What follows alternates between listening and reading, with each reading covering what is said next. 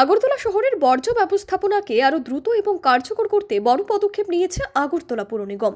বৃহস্পতিবার এক সংক্ষিপ্ত অনুষ্ঠানে মেয়র দীপক মজুমদার 7টি অত্যাধুনিক অটো হপার এবং 3 সেট মিনি সুপার সাকার পরিষ্কার যন্ত্রের শুভ উদ্বোধন করেন। অনুষ্ঠানে উপস্থিত ছিলেন পৌর নিগমের কর্পোরেটর এবং একাধিক আধিকারিকেরা। মেয়র জানান, স্বচ্ছ আগরতলা সুস্থ আগরতলা প্রকল্পের অধীনে 2022 সাল থেকে শহরকে পরিচ্ছন্ন, স্বাস্থ্যসম্মত এবং উন্নত রাখার লক্ষ্যে পৌর নিগম ধারাবাহিকভাবে কাজ করছে। সেই পরিকল্পনারই অংশ হিসেবে রাজ্য সরকার অর্থ সহায়তায় এই নতুন যন্ত্রগুলি কেনা হয়েছে।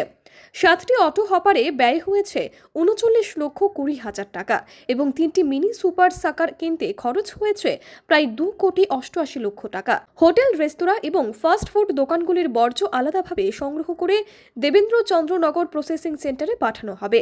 নতুন অটো হপারগুলোই প্রতিদিন সেন্ট্রাল জোনের স্যানিটারি ইন্সপেক্টরের তত্ত্বাবধানে কাজ করবে। তিনি আরও জানান, এদিন 2018 সালের পর থেকে রাজ্য সরকারের উদ্যোগে আগরতলার পরিকাঠামোয় বড় পরিবর্তন এসেছে। বহু পুরনো উন্মুক্ত নিকাশি নালা ঢেকে ফেলা হচ্ছে, পাশাপাশি বন্যা নিয়ন্ত্রণের ড্রেনগুলোর সংস্কারও এগিয়ে চলছে।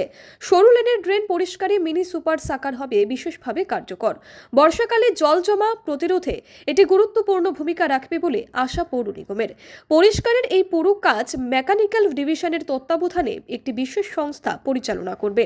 এই নতুন উদ্যোগে শহরবাসী আরও দ্রুত, উন্নত এবং দক্ষ পরিষেবা পাবেন বলে মনে করছেন প্রশাসন। আগরতলার পরিচ্ছন্নতা বজায় রাখতে এই আধুনিক পদক্ষেপ শহর উন্নয়নে আরও একটি বড় অগ্রগতি হিসেবে বিবেচনা হচ্ছে। হোটেল আছে তাদের যে আবর্জনা সেগুলোকে সুন্দরভাবে সুন্দরভাবে নিয়ে ডাম্পিং জায়গায় আমাদের যে প্রসেসিং সেন্টারে যেমন নেওয়া যায় সেগুলো আমরা 7টি অটো কেনা চালকের আনুষ্ঠানিকভাবে প্রায় 30 লক্ষ টাকা দিয়ে করা হয়েছে। মূলত রেস্তোরাঁ এবং হোটেলগুলি কালেকশনটা আলাদাভাবে দেওয়া হয়। এমনিতেই সমস্ত গাড়ি যে আমরা আবর্জনা কালেকশন করেছি স্পেসিফিক ওই হোটেল এবং রেস্টুরেন্টে সেই গাড়িগুলি ব্যবহার করা হয়। 3টি মিনি সুপার সাকার তৈরি নেওয়া আছে আজকে প্রায় 2,88,00,000 টাকা দিয়ে 3টা সেট 12টা গাড়ি আছে। একটি ছোটো ছোটো গলিতে যাতে আবর্জনা পরিষ্কার করা হয় সেই জন্য এই গাড়িগুলি ব্যবহার করা হয়। একইভাবে আমাদের সারা আগরতলায় আবর্জনা পরিচ্ছন্ন করার জন্য বড় বড় গাড়িগুলির ব্যবস্থাপনা আছে, যা আজকে নতুনভাবে এগুলি সংযোজন করা হয়। আমার মনে হয় যে আগরতলা শহরে গলির যে আবর্জনাগুলি তুলতে যে অসুবিধা আমাদের হতো মুখ্যমন্ত্রী, সেগুলি আজকের থেকে এটা ভালোভাবে করা যাবে এবং হোটেল এবং রেস্টুরেন্টে বর্জ্যগুলি আলাদাভাবে কালেকশন করে যেমন প্রসেসিং সেন্টারে নেওয়া হবে। সেই উদ্দেশ্যে আজকে ব্যাগ অনুষ্ঠান আমাদের মধ্যে ডেপুটি মেয়র মহোদয় আছেন, আমাদের কমিশনার সাহেব আছেন এবং আমাদের MIC member, corporator, zonal chairman আছেন, অন্যান্য আধিকারিকেরা আছেন। আমি সকলকে ধন্যবাদ জানাই। আগরতলা শহরকে পরিচ্ছন্ন রাখার জন্য আমাদের কর্পোরেটর সহ আমাদের আধিকারিকরা আমাদের সাফাই কর্মী নিয়মিত কাজ করে যাচ্ছে। আমরা শহরবাসীকে আশ্বস্ত করতে চাই আগরতলা শহরে সুন্দর নাগরিক পরিষেবা প্রদানের ক্ষেত্রে আগরতলা মিউনিসিপ্যাল কর্পোরেশন দিনরাত অভিযান চেষ্টা করেছে এবং মানুষের সার্বিক সহযোগিতা চাইছে।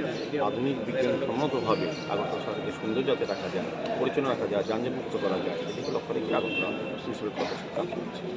বিভিন্ন গলির মুখে দেখা যাচ্ছে আবর্জনা স্তূপ, এদের জন্য বিভিন্ন ধরনের যে বড় বাথরুম বা যে ড্রামগুলো এই ব্যবস্থা করা হয় না, আমরা তো ডাস্টবিন প্রক্রিয়াতে প্রয়োজনীয় প্রদান করা হয় এবং আমাদের নিয়মিত দুবেলাই আমাদের কালেকশন করা হয়।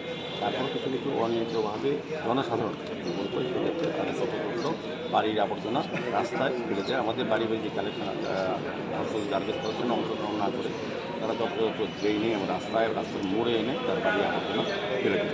সেই কারণে রাস্তা ফেলে, কিন্তু আমরা নিয়মিত সাফাই। Bureau report, PV north east.